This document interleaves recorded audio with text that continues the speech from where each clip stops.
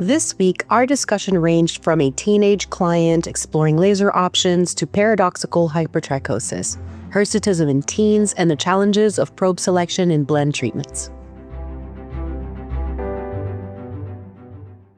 Good afternoon, everyone. We've got some good topics for you today, and I'm trying to pull up my visual aids. Yes. So some of the stuff that we're going to be going over is like hirsutism. We're working with heating patterns of filaments, as well as like energy distribution in types of filaments and that kind of stuff. And then like a general, I think the last one was about laser and to select that. So we have a good amount of questions to answer for you guys. And Joannie's the one that has those in front of her, so she's going to go in reading off the questions. That's why you got a synopsis from me. Which one do you want to start with? That laser question that came from, Okay. Like that's a great, easy question, so you can pull up your visual aids. So, here's the situation. So the question goes, I have a very pale white male, 17-year-old client with dark hairs. He wants every hair removed. So I'm assuming this is going to be on the face. This is a comment from the electrologist. I do think he needs more help than I can give, so it must be pretty dense. I suggested laser first. I want to help him on his journey. I know there are different types of lasers. Can you suggest the best type for him with the description I gave?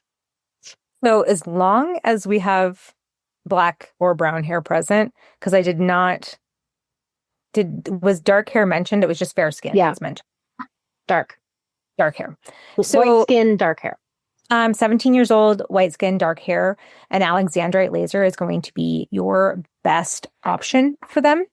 And simply because if we think about the depth of penetration of the different types of light when it comes to laser wavelengths, it hits at just like the prime depth for a traditionally terminal hair on most areas of the body. So some areas are going to be more responsive. And I will say that 17 years old is my first red flag. And there's actually the other question also has like a little red flag moment of like efficacy, mainly because someone who is assigned male at birth, cis male presenting throughout their entire life, and has never done like a hormone block.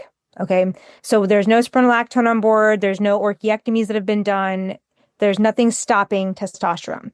If you are under 23 years old, okay. Oh, Melissa, that was your question, hon.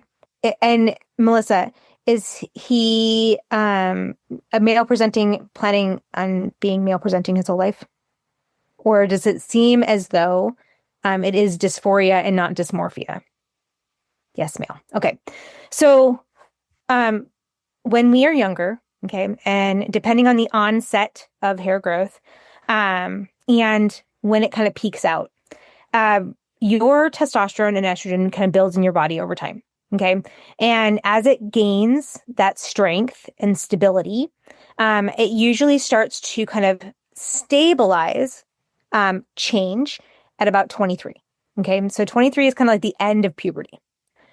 Hair removal before 23 years old definitely can be achieved, okay? But the process in which to get there takes longer because you aren't really getting the entire target done, usually.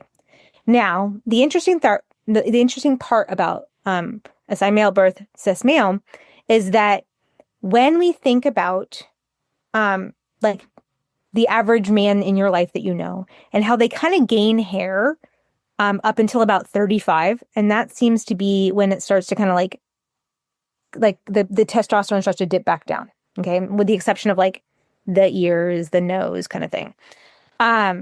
There is still some changes that happen during that time, but usually stabilization, max point of testosterone is usually right around that 23 years old. And then it still has like a fairly good stabilization with a slight increase until about 35, and then it starts to drop back down, okay?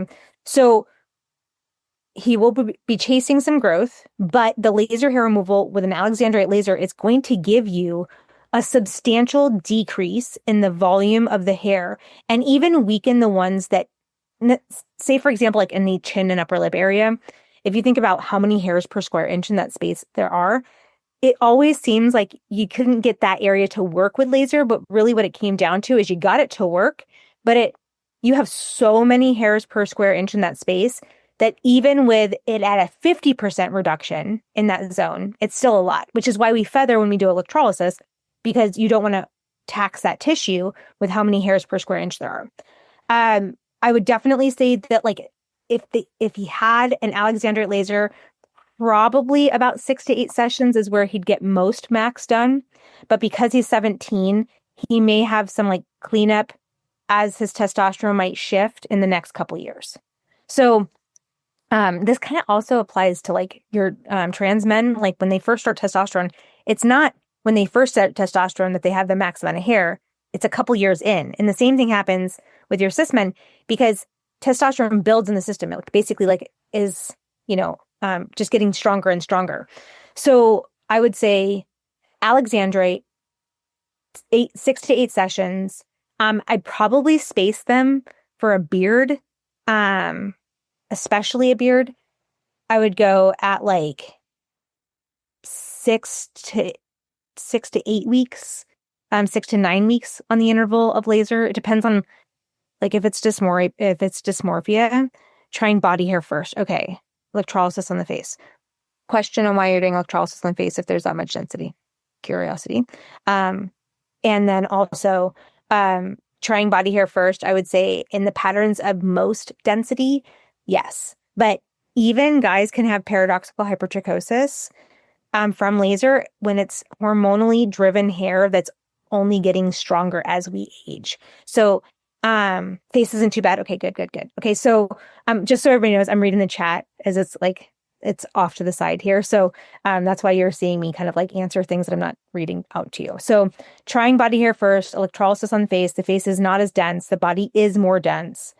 I would, as a laser tech, I would love to be able to see that first. I would definitely think that like there's going to be zones that are going to be easier to treat. I wouldn't go full back, full chest, abdomen. Legs would probably be fine. There's a lot of hair on legs, but you can get a lot of paradoxical hypertrichosis on the upper shoulders, up like sides of abdomen, as he ages. And so you would want to see stability in those spaces before lasering it. Like don't go laser the stuff that's starting to look dark in that space. I would only go after terminal growth. And he has got to know that. Like now is not the time to try to pre-treat accelerated vellus with laser because he's going to end up with more. It's just, he already has like prime food with testosterone in his system for that hair to grow. Hopefully that helps kind of like guide you.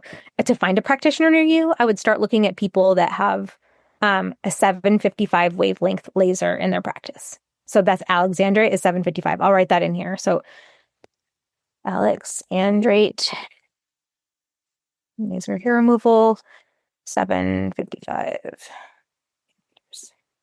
There you go. And we had a good talk today during lecture at the school where we were talking a little bit about laser and, Fitzpatrick's and all that.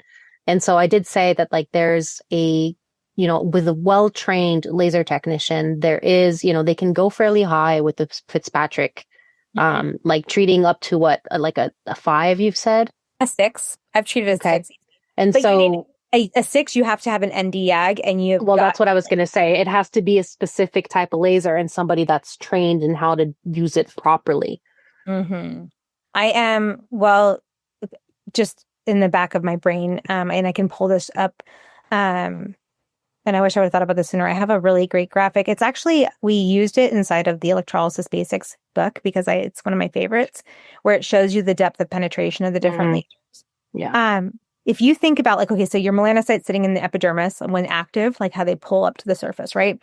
Mm-hmm. So when we think about that, an Alexandrite is strongest from epidermis to dermal papilla. Okay. That's where we have the most amount of heat. A diode is just below the epidermis, like really very superficially below to just below the dermal papilla. And then ND-YAG is going to be close to the sebaceous gland to below the dermal papilla. So the reason that a YAG is safer is because you have less targeting on melanin and you're targeting more on the blood source. The thing is that we have to think about when you are breaking down a hair, right? While the dermal pill is important, that's not what germinates the hair, right? That's not, that's like our secondary point of destruction. So as you move yourself down in your wavelengths, what you have to consider is that you are shrinking stuff up and then having to target it later with electrolysis. And yes, like enough density, enough color, contrast, even in that space. For a thick hair, you can definitely get permanent results in that space with laser. But the reason we can't say it's permanent against everything is because of those little, like, if you do this, it will work like this, moments that laser has. And that's the thing that I really start to think about. The other, and as Joanie's pulling up her graphics, I'm going to pull up this little graph so that you guys can see what I'm talking about when I talk about the different depths of laser. I know that I've talked about it in past lectures as well. So what I'm doing is I'm just looking at my lecture bank so that I don't have to go on a large search. This episode is brought to you by MEEC, the Maryland Electrolysis Education Center. MEEC is committed to providing comprehensive training and continuing education for electrologists at every stage of their career. Find out more about their programs at mdelectrolysiseducation.com. So I guess what we could do is go on to our other two questions. A lot of this, I guess, kind of goes into our second question about hirsutism. So this was hirsutism in girls and teenagers. So first of all, there is a difference between hirsutism and hypertrichosis. So I want to make sure that people understand that one is very much hormonally driven, and it's going to be specific to hormone sensitive areas. And the other one doesn't necessarily have anything to do with hormones. It's just superfluous hair growth. So it can be, that's the people with the little peach fuzz and, exactly. Like we have clients like this that come all the time. They might be just covered in peach fuzz, but it's not necessarily, it doesn't have anything to do with hormones. So the question was, I wanted to ask if you have talked about the causes of hirsutism in your weekly mentorship videos, and also how to treat hirsutism in girls and teenagers. Thank you very much. So this kind of goes into what we were talking about with the testosterone. And so we're talking about girls and teenagers. So this is puberty timeframe again. Yeah. And so this most likely, the reason for the hirsutism is going to be hormonally induced for some reason. And why is it in girls and teenagers? Well, puberty starting. And so even if it is, assigned female at birth child, there is still testosterone that's being produced in the body. So it's not specific to assigned male at birth. I'm going to just, so the answer is, like, have we talked about it recently? Yes. The PCOS lecture I gave, a week and a half ago, that was a big part of the conversation. And I want to highlight the fact that, like, we talk about it. We talk about hypertrichosis here, but there's a difference between hypertrichosis and paradoxical hypertrichosis. Yeah. Paradoxical hypertrichosis is going to be caused by an external stimulant. So this is a side effect. It's a side effect. So it's mass amounts of superfluous hair growth that has been caused by under treatment in mass. So the reason we see it so much with laser is for my accent. Like, so actually I have the slide up right here. So hopefully this is big enough on everyone's screen to be able to see it, but I'm going to make it a little bit larger here. How's that look for everybody? Can you see that well? Yeah. Okay. So when we laser, we have two types, and like we're going to talk about this in December in length, so I'm not going to do everything here, but we talk about laser being a pointed target and IPL being outwards, right? When you have paradoxical hypertrichosis in these spaces, what ends up happening is the surface area is stimulated just enough to excite blood flow and send more hair to the area, but we haven't done enough to break it down, right? So I was talking about the different depths of laser a moment ago. And so if you look here, like alexandrite, its depth is shorter than the diode, which is shorter than the YAG. Okay. Now, what I don't like about this graphic is it makes it look like you're holding your laser way up in the skin, and you're just not. You might have a distance gauge between the laser's head and the surface of the skin, but it's not like miles worth. It is usually like about 1.5 to 2 inches above the surface of the skin. The reason you need that is that depth into the skin is what is creating your permanency and permanent hair reduction in that space. The reason we see more pH, paradoxical hypertrichosis, with IPL than we do with laser tends to be because the surface area is wider in what's being treated. And so you reduce the amount of damage to the dermal papilla and the stem cells in that area over the other. The other day when we talked about hypertrichosis versus like hirsutism, when we are younger, and I'm going to pull up this slide as well, our body is shifting so much that chasing hair growth is going to be the primary thing you need to talk to the youth about. And by younger, I mean if you are below that beautiful age of like 23 to 25, okay? And that is simply because your body is really good at trying to give you as much hormones so that you're primed to reproduce, okay? Now, in that prime to reproduce is like also primed to like make some hair, make some acne, give you like growth spurts, bone changes, densities in your like body fat distribution changes. So all of that aids. The one that drives most people crazy is going to be the hair because it's the hardest to manage. Younger patients tend to have a little bit less of a pain threshold. So you not only will have to have more sessions to get them there, but that might mean more downtime and discomfort during that time because they really have not been usually through a painful enough experience, if everything's gone right in their life, that would be able to get like that fortitude to sit on an electrolysis table. And the other part is like in those younger patients, you have to know that it has to be patient driven, not parent driven to get that hair removal done. Because the fact is like, I had my electrolysis at 12 years old on my lip. Okay. And my mom was offering that up to me from 10 to 12. Okay. The minute like my mustache hairs came on the edge, she's like, I'm an electrologist. I can get that for you. Right. And I was like, no, I'm cool. I've got this. Right. And it wasn't until the other kids started noticing it and doing that whole like stupid bullying stuff that like, I was like, no, I actually don't like this. I don't like that. So I took care of it.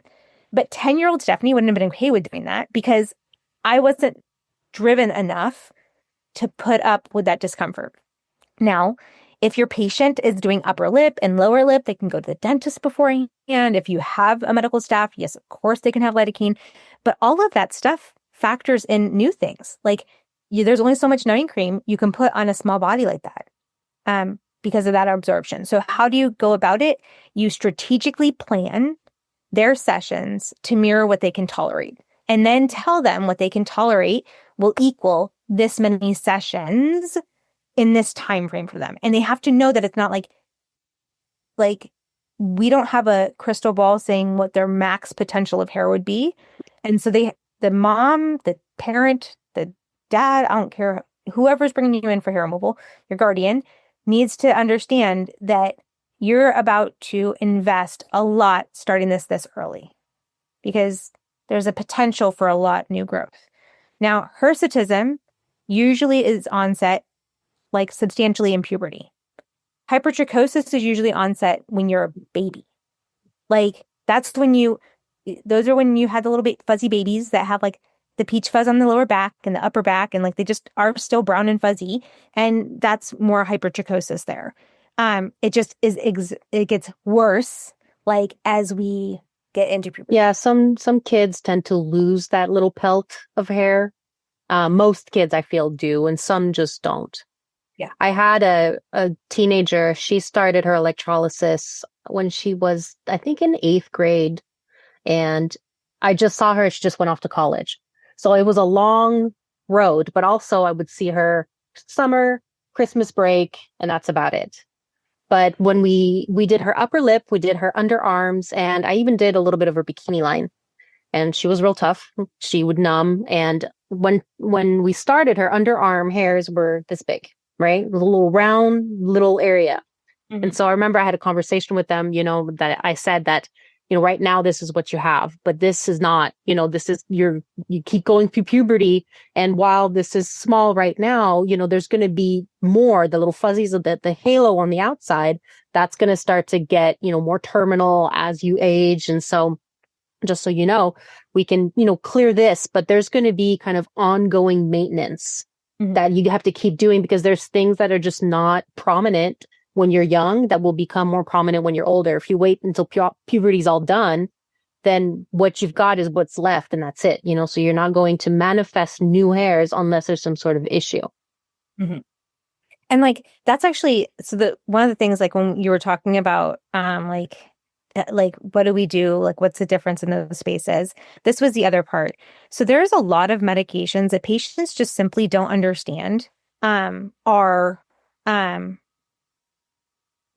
stimulated, their hairs, they, can suppress hair growth. So, there are medications that give relief of hirsutism during that time frame. So like, this is like if you have a child that's and I would say teen, that is seemingly presenting with a possibility of excessive growth, most likely they're going to be on these medications eventually anyway because of that space. And so it is this is when it's smart to start talking about, what an anti-androgen will do or an insulin sensitizer. I definitely would say the hormonal contraceptives I'm less of a fan of than like a spironolactone, because spironolactone will at least give like the relief of acne. It will give her the relief of the AB hairs, but a hormonal contraceptive is usually going to be leading someone down like a little bit of weight gain and not so prime time in their life, messing with their cycles. Unless they already have their cycles messed up, we should be letting their body kind of just chill until it regulates, because it's typical in your teen years to have inconsistency. It is atypical for it to be consistent. So I would usually lean away from recommending that as like, oh, have you tried going on a birth control to stop this growth? It's like, as someone that like has a uterus and is having menses, I would say that like you have time where you need to like figure out how to stabilize that. On the flip side of like medications, when we were talking, I think I'm going in the wrong direction here. Hold on. There are other ones in here that will help reduce the amount of superficial hair. And so they have to just kind of figure out, like, do they want to try a topical cream? Do they want to try some type of pill format, bleaching, that kind of stuff, and see if that management is doable for them, and just make sure that they know not to stimulate the growth, right? And we talked about medications that actually have hypertrichosis as a side effect. And this is where it's really important for people to understand there are a lot of medications that like their doctors prescribe kind of just like if they need it, right? That do have that in there. And so to kind of keep an eye on these medications in your intake form, if you have someone that is complaining about excess growth at that younger age, like what are they currently on? Like what's happening right now? Because I have seen birth control stimulate growth and I've seen birth control suppress growth. And it kind of just depends on what the body's chemistry is doing at the time. I feel like that answers that, but I'm not 100% because tangents. No, definitely. And it's kind of, I had a thought as we were talking about paradoxical hypertrichosis. And, one thing that I think we're going to see as electrologists in the future is paradoxical hypertrichosis caused by all those home lasers that people have, all those IPLs, because, you're selling, anytime you sell something to a house, to a consumer at home, it's never as strong as what the professional units are. And we know from under lasering, meaning that you don't have enough heat to create the heating pattern that you want, that's what causes the stimulation. So you're giving somebody with probably all these little baby hairs a weak home laser where they can just zap at everything they see. Okay. And so you end up with, most likely we're going to start to see a lot of that. I feel like it's been going on probably for like think a good year and a half, 2 years maybe, that I've seen some Those home lasers. You like ones that were all over TikTok, and because we're all hair removal experts, like it was like advertised to us. Yeah, of course it's in my feed. I was like, thanks for the algorithm. Definitely, like it's a nightmare every time I see, and the influencers that were like blondies being like, I love this one. They sent this to me and it's my favorite thing. And I'm like, you are about to have a nightmare on your hands. You're not wrong. And there was, Joanie, I don't know if anybody else saw this, but like today, someone was like, I bought a home laser, and I think it was an IPL. I bought a home device and I spent a lot of good money on it, $6,000, which, by the way, $6,000 on a laser is not a lot. Cheap. That is like, that's nothing. that is as much as that's plastic. A laser costs about $100,000 to $150,000. Yeah, a laser. An IPL maybe around 35 to 50K. So if you bought something for 6,000, it's not going to be anything like the real thing. No, and it's like, small, right? A real laser is a huge machine. Yeah. So it's not. Some of them are tabletop units now, which I'm pretty excited about. But it's still like the full table. You know, it's still not something you're going to hold in your hand and zap at your face and your forehead and everything. So and be on the lookout, because heed me now, it's going to be a thing. People are going to be messing up their faces and bodies using those things. Yeah, like when she said that, she was like, I spent all this. I spent $6,000 on this. That's good money. And I'm like, yeah, like I had to like, I still have to like kind of like percolate on that one. And like, how am I going to respond to this without making you feel like it is like I'm judging? Because I'm not judging in those spaces at all. What I'm judging the distributors that sell these to people. But I mean, people are going to buy what they think is going to work. And the thing about marketing is like, it's really good. Well, the thing about this field, hair removal, people are always looking for the next best, quickest, fastest, most permanent thing. So, you know, like every 10, 20 years, there's a new electric tweezer that comes out. And, you know, like I think Anita put something here. So there's a reel by a dermatologist saying that cypress oil will reduce hair with studies. I'd have to see. I mean, there's creams that like slow down the hair growth cycle, and then they can advertise it as hair removal. And there's things that will, you know, as long as you're using them, it's inhibiting something. And so, yeah, that exists. That's out there. But, you know, cypress oil, I don't know. I guess I'd have to see, what does it do to the hair, to the follicle, that it's reducing hair? I had because you guys know I did the advocacy for PCOS stuff. I had an influencer that's a fake dietitian. They are not registered. I went and researched that a little bit. Piping off saying like, oh, spearmint tea is going to like help fix your hirsutism. And they're like, it works. It's so great. It's made me so hairless. And like, you can definitely tell that like they are either hairless originally or have had a really good technician in their life. Okay. And the thing about that tea is the amount that you would have to ingest to make that help your accelerated vellus hairs is very high. Okay. Once it goes terminal, it's not reversing. Not much. Yeah. There's not much you can do. And I drink spearmint tea because I like it, right? That's like one of my favorites. I love peppermint, spearmint teas, all that kind of stuff. But there is no way that that's going to make me hairless. So you have to be very careful with the oils and that kind of stuff that people are talking about. Just like, it needs to be like blind studied and peer reviewed for me to start believing in it. Because even these tea ones, I'm like, yes, spearmint lowers androgens, but it's in conjunction with other things. But you need like 10,000 parts per million per dose, and like a tea gets you one, you know. They did that with, I think, turmeric too. You know, like turmeric's great anti-inflammatory, but you need to ingest so much of it for it to really like have that kind of effect that it's almost impossible for somebody to do that. You know, it turns you orange. So it's it depends. You know, there's always a little twist to these things for sure. Yeah, exactly. My orange looks good on you. Used to have curcumin. It's like that's the active ingredient of turmeric.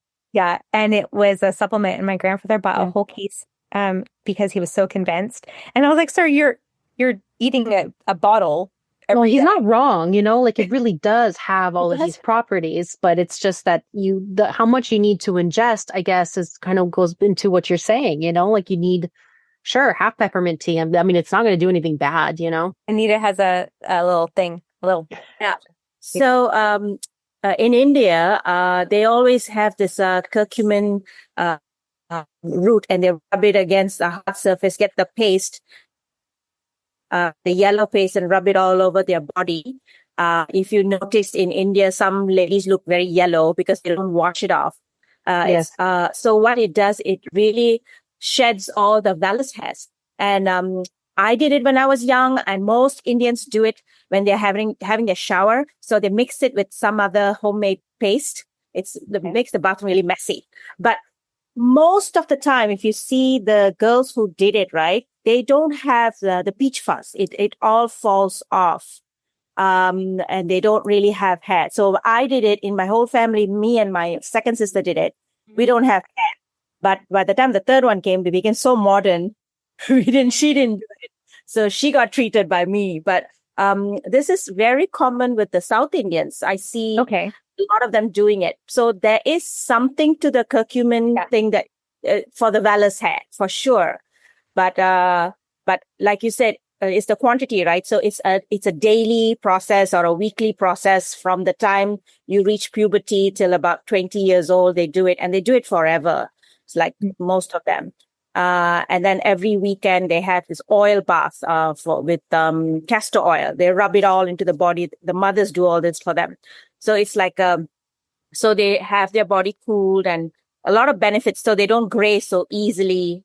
So I think it does work. There's got to be something there. Yeah. Yeah.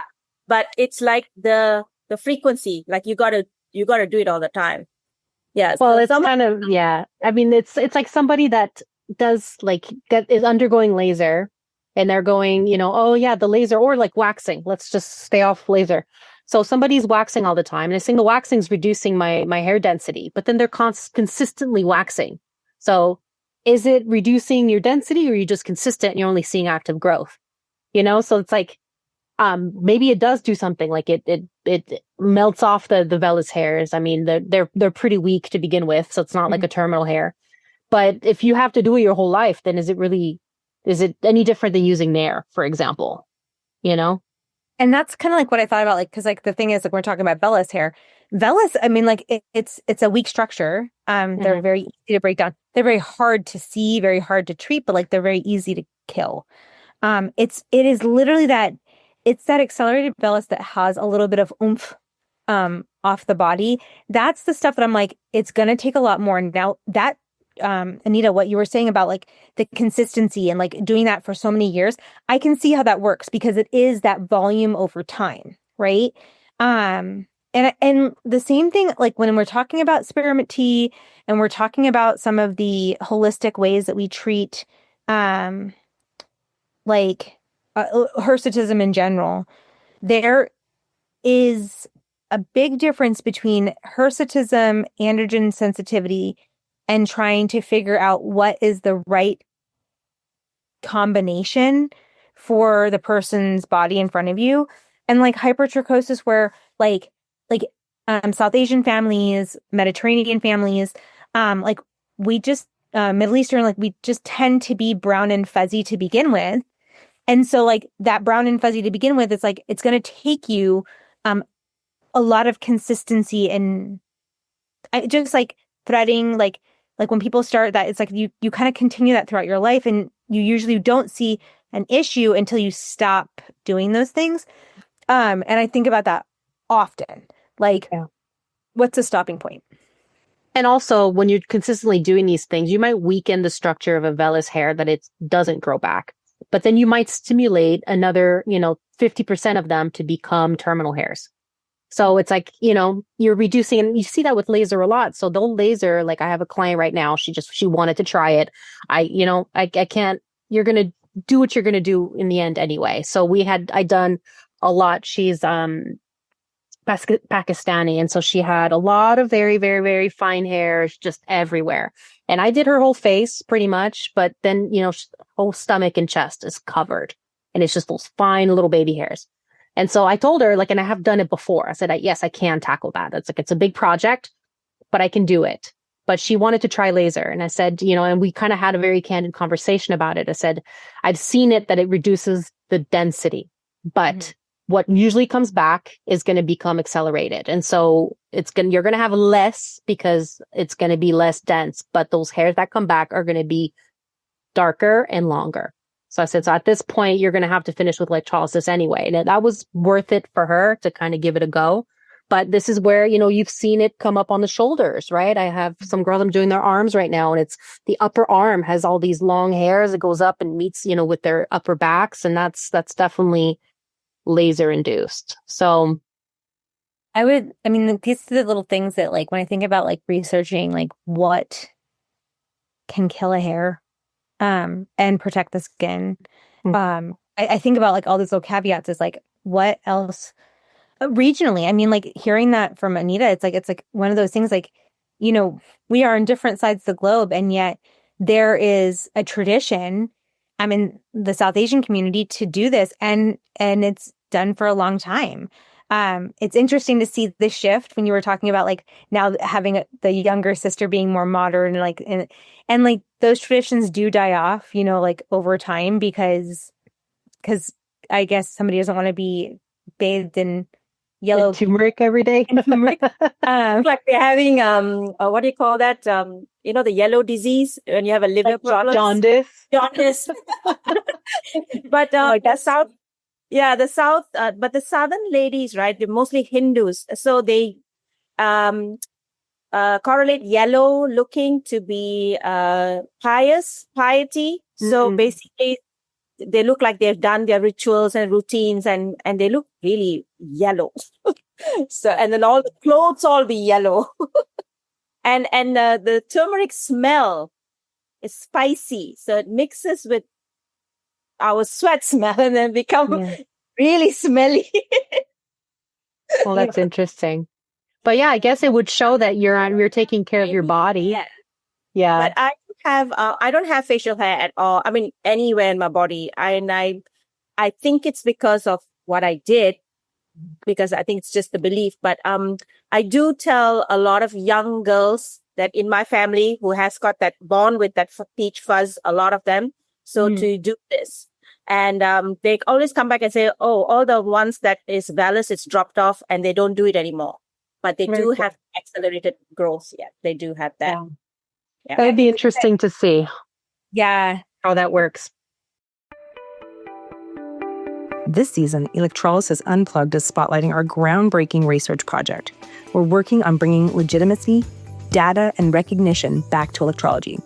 If you're a practitioner ready to contribute detailed charting and client outcomes, or a student interested in learning the process, visit electrologycoalition.com.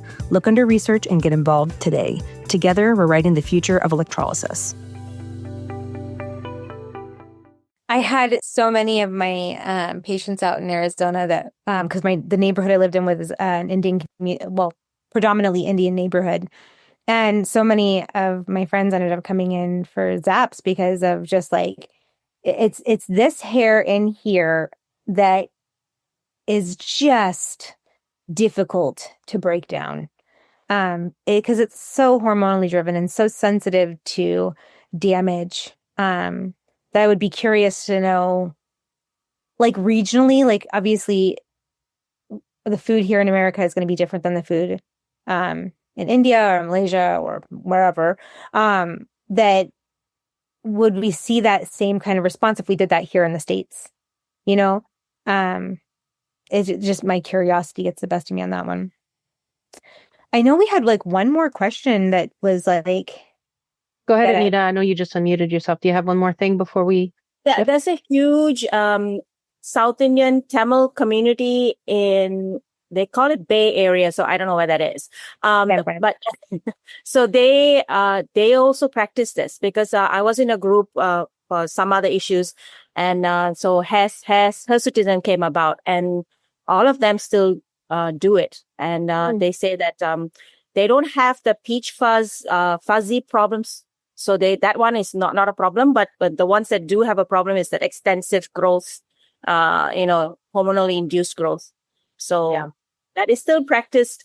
I think especially those little communities that go overseas, they try to maintain their traditions. So they even, yeah. So it's still very, very much used in India. I will send you a packet of that thing if you want to. Yeah, I'm curious about yeah. I'm so pale. I'm going to be bright orange. Just try it on your inner legs or something. If I come on here and have the camera off, that might be why. It's like, it was for science, everybody. The mistake. Yeah. Oh my gosh. What was the other question that we still had? Okay, let's see. I know that there's one more. So this was actually, so we're shifting gears completely. So this was kind of a situation. It's overtreatment with blend and galvanic versus thermolysis. So the question's a little long, so bear with me. So a student went to practice with a potential employer who only does multineedle galvanic and blend. The electrologist uses size 2 stainless steel Protect probes, even for coarse hair. So size 2 all around. She saw a lot of caustic soda spilling out of the follicle and knew it wasn't the best situation, but wasn't sure how to approach it with the person. So this is the student. The student saw this. The professional is the one working. They knew something wasn't quite right. They didn't know what to say. I've explained that when a lot spills out, it's a sign of potential overtreatment. She could have used a larger probe, perhaps even isoblend. Today in school, she tried to replicate it using blend and got a lot of caustic soda. She also tried thermolysis with a stainless steel probe, but of course immediately saw skin reaction using an uninsulated probe. Can we discuss how to approach the situation with a seasoned electrologist? She may go work at this office, but now she's not so sure. Gotcha. Well, depends on how long they've been doing multineedle and where they learned multineedle from. Back in the day, MNG was like, I mean, your goal was to see bubbles. Like, it was just a thing that they talked about. Like, ooh, I can see the bubbles. I remember saying it to people and I was like, what am I, like, that just doesn't sound very smart in those moments. Spillover happens, but that is like, it is an indication that we've grown outside of the area that we need to, right? I mean, if you are seeing bubbles come up, that tells me that your distribution of timing and intensity, milliampere, is off. I will say that the conversations out there about multineedle potentially burning people, I have not seen multineedle do that. I've seen blend. And the reason I've seen blend, I think, over multineedle in these spaces is heat reacts, makes chemical reaction happen faster. So if you do not balance yourself out in that distribution of timing and intensity within your thermolysis that is activating that light quicker, you would absolutely see that grow outside the follicle. Hearing that somebody is using a size 2 probe for a dense hair, because if you wouldn't be doing multineedle on like accelerated vellus, like that's like, what are we trying to do? Like it's not the right tool for the job. But like on a thick hair, I could totally see that happening. And I would say that the best way to approach that, if you were a technician doing that there, is that you start low, you work up to your working point. So very manual preparation of your current, and not go with like the assumed milliampere and time ratio. You really need to like bring it up and see what your working point is going to be. There's going to be some hairs that will have spillover just because they were more prime moist hair than other ones, but like it shouldn't be across the board. But I haven't really seen. It shouldn't be your standard, like it's not working unless. And I have heard that before. Part of the question too is like, how should the student approach it with the professional? That's always like tricky situation. I think every situation is a little different. I don't know if that professional assumes that, what they're doing is the right thing. Yeah. And, if that's the case, then I don't know that the student really has like, should really say much there. Maybe, drop a couple suggestions here and there, like, how about we try this bigger probe or something like that? But you have to be careful with how you approach it in these types of situations, especially if she's looking to work for this person. Yeah. And like the thing is like, as much as I hate saying it like this, if it has worked for that electrologist and they have not had burns and adverse reaction, they might very well know what they're successful at, and they've found that sweet spot. I don't necessarily want that to be the standard for me saying that to people. So when I say like, oh, they might just know what they're doing, I'm not saying that they just know what they're doing, that they know what they're doing in their space because they found how to work it in their space, whether or not it's right or not, or whether or not it's And I don't then, know. working with someone, you're one-on-one with your client, even if you're in that office. So for the most part, this person who's going in to work with them could do the job the way they are trained to, and like separate from what the other electrologist is doing. Now, I've heard a lot of different situations when you're taking on employees, and yes, that I've heard of people that completely retrain them to be, copies of what they do. Others that are a little bit more hands off. I think it depends on the situation when you're going in, and that's something you have to judge when you're meeting with this potential employer. Oh yeah. Well, and talking to an interview goes both ways. You are being interviewed for a job, but you're also interviewing the person that you plan on working for. And so I would bring up if you were truly concerned about like what does that look like for you, I'd bring up those concerns during the interview and be like, hey, these were things that were actually not taught to me in this fashion, and I was taught that we do not see these things, and that we do different like protocols compared to what you do here. Can you tell me why you've chosen to do these protocols so I can better understand your methods? Right? There is a way to turn that in a point where you're not like, hey, you're doing this wrong. It might be like, hey, that's actually not how I learned it. Why do you do it that way? Because they might actually have like knowledge on a situation that we just don't even have access to. Or it might have just been the thing that they were taught to do. I learned multineedle 20 years ago, right? The way we did multineedle 20 years ago is not what we do now. And that processing time was different. And like, there were little things that we did differently. I'm not necessarily a fan of using stainless steel for multineedle. Why am I not a fan of it? Personally, I don't care for stainless steel probes. I like gold probes over that. I just think that they have a better conductor. And I feel like I get to do less with my energies because the probe's doing some of the work for me, and the conductivity. But like, to approach it, I think the bigger thing in my brain is like, instead of us saying like, oh, this is a potential in this type of modality, and this is a potential in this type of modality, and like separate the camps, is like, our goal is minimal tissue disruption and maximum kill of the hair, right? That's our goal. So if she's found a way to do it safely for her patients, and she's trained in that, it might be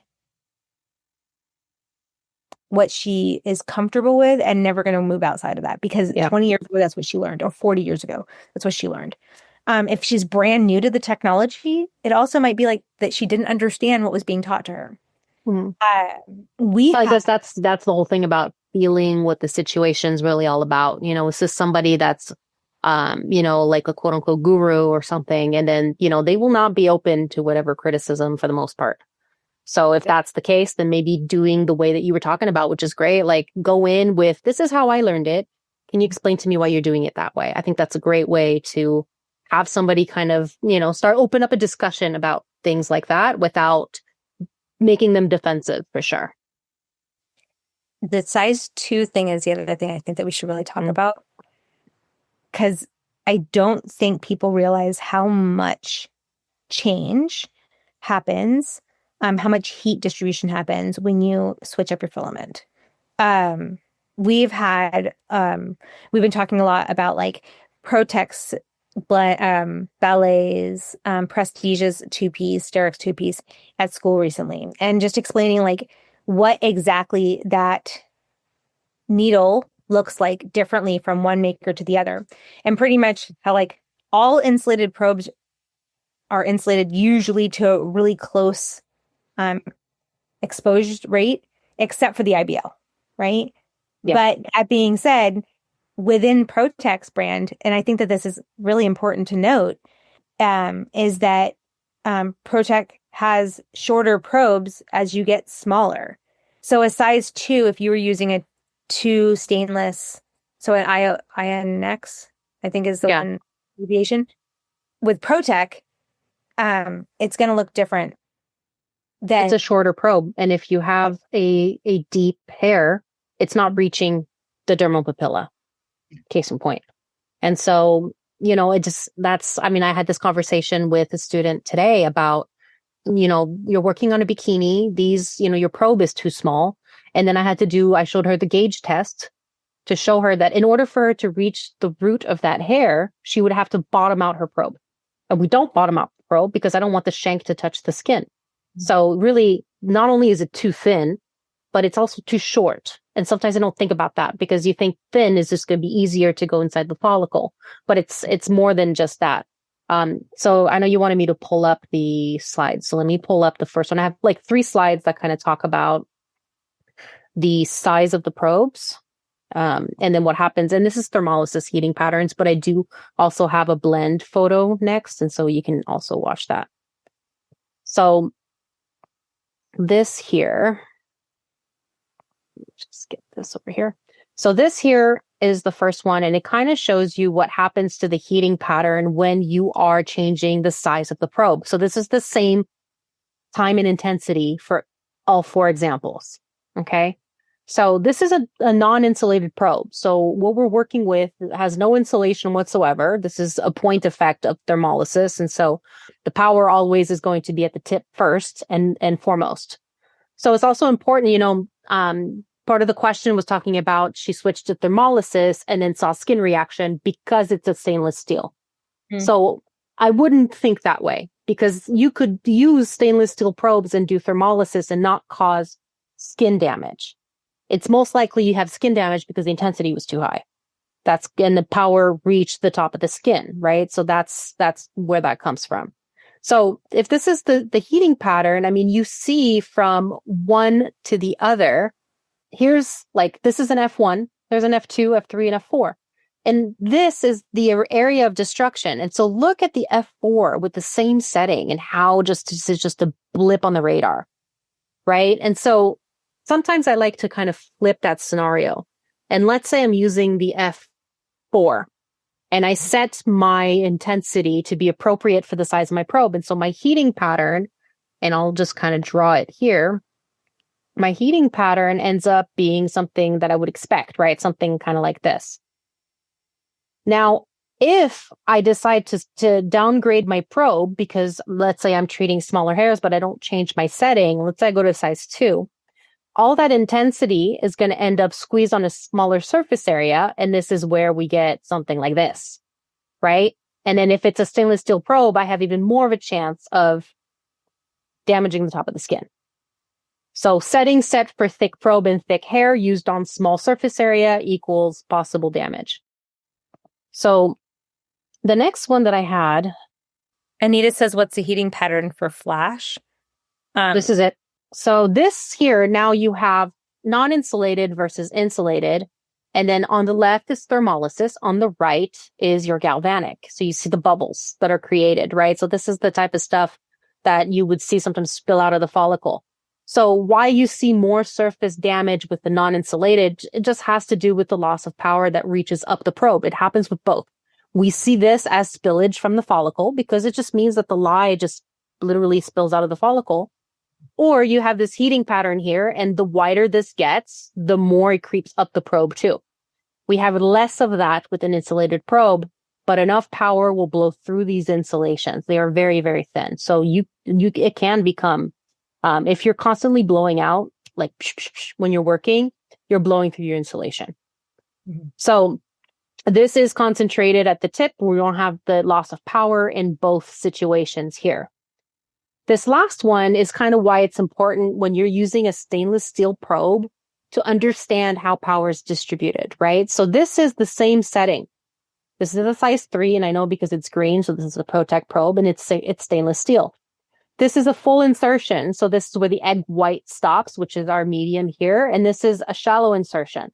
So I'm treating an anagen hair. I'm treating a telogen hair. Now, if I set my machine for an anagen hair, it means that my heating pattern should actually look like the one on the right. And so I'm going to have something that looks kind of like this. And it's not treating the top of the skin. Everything's good. All is well. But if I end up with a telogen hair and I pull back my probe and I don't change the setting, then this is where you have big destruction in that area here. So if they're varying the depth, that's also a problem. So that's kind of like when we're talking about the using only a size 2, I'm thinking about you're not reaching the bottom of the follicle, which is why we have to use the appropriate size probe. Your surface area is not going to be adequate to produce the amount of lye that you really need. So because this is multineedle galvanic that this person is using. So it takes you more time to create the lye. And so you're not really helping yourself here in that scenario. And if you're doing blend and you're varying your depth of insertion, you have to be careful with concentrating and then over treating. So you end up over treating on the shallow hairs, and then treating correctly the deeper hairs. And like when it comes to selection of your probe, selection of the current, it really is important, especially if you've never worked with that current or that probe style, to be very conservative in those spaces. Like in this case, a student going into a professional setting, there's a lot of like, you've never done this, you haven't had this experience before, which we try to give you as much experience of odd cases within school, but there's, in 400 hours, how many weird things are going to happen, right? Of hands-on time.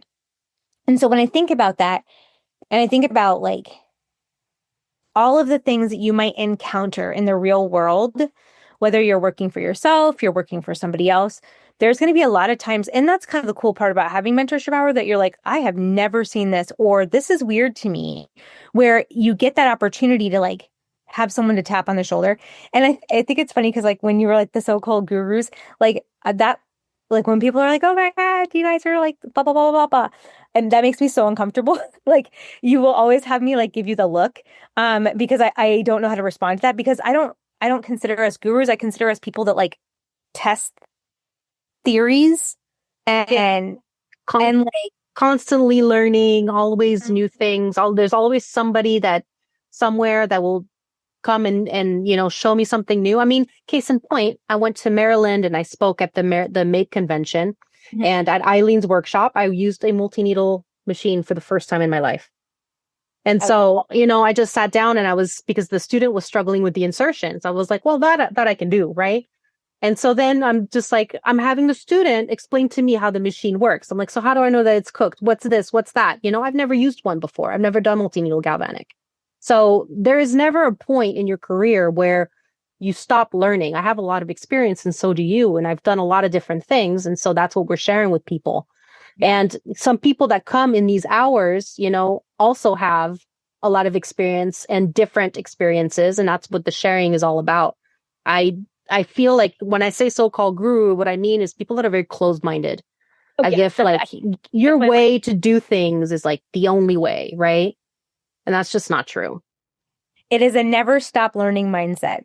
Like for all the faces I can't see on here, like that is a never stop learning, right? For the faces I can see, my eyebrows are going at you.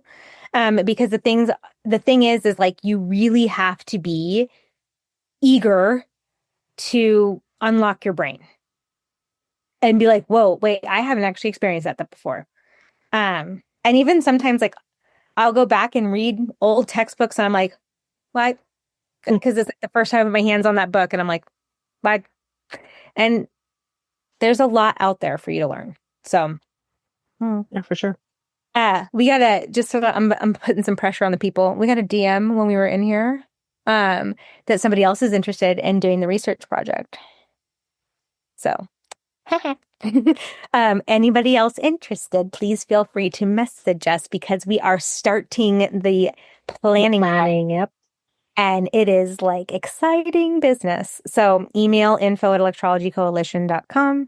It does not matter how long you've been in practice. There's just going to be some requirements to how we go about the research. But it's like, that just made my day. I'm like, every time I see one of you guys message us like that, I'm like, yeah.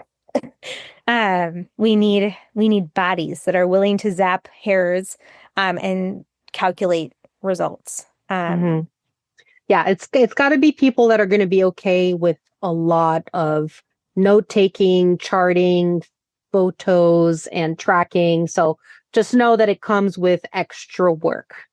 Yeah. But it doesn't have to be all of your clients, obviously, but like a certain few are going to be some cases that you cherry pick for the case studies. And so those are going to be the ones where you have to do a lot of extra. So might be nice. Charity, I see your question here. I'll take this out and drop it into our list of stuff, and we can talk about it next time. So it's a pretty involved question. Just FYI, she's asking, is there anything anywhere where y'all discuss settings and how to go about finding and fine-tuning settings for each client, starting points, how to step up galvanic and timing and this and that? So this is a pretty long, lots of different facets and things that we can talk about that we can extract from this. So we'll take it. I'm going to put it somewhere else, and then we can definitely start touching on that in other ones. Yes. Awesome. Well, I think that's it for this evening. It is. Next week, we're going to update you guys on like time or like changes. My 11-year-old sprung on us that we now have a jazz band concert next week during mentorship hour. And so it'll either be earlier or Joanie will be alone or with somebody else. So as her guest. So we're just trying to figure that out because I found out at 7:20 this morning driving into work. So gotta live. They're great for this last minute stuff, aren't they? Yes, they're so cute. Like, by the way, I have a research project due tomorrow. Yeah, no. I have enough arts and crafts in my house to make that happen on the fly. Just so everybody knows. So, all right, everyone. Okay, well, have a good evening. We'll see you all next week. Yep. See you then. Bye-bye. Bye. These conversations remind us how essential it is to keep questioning, learning, and seeking support from our peers.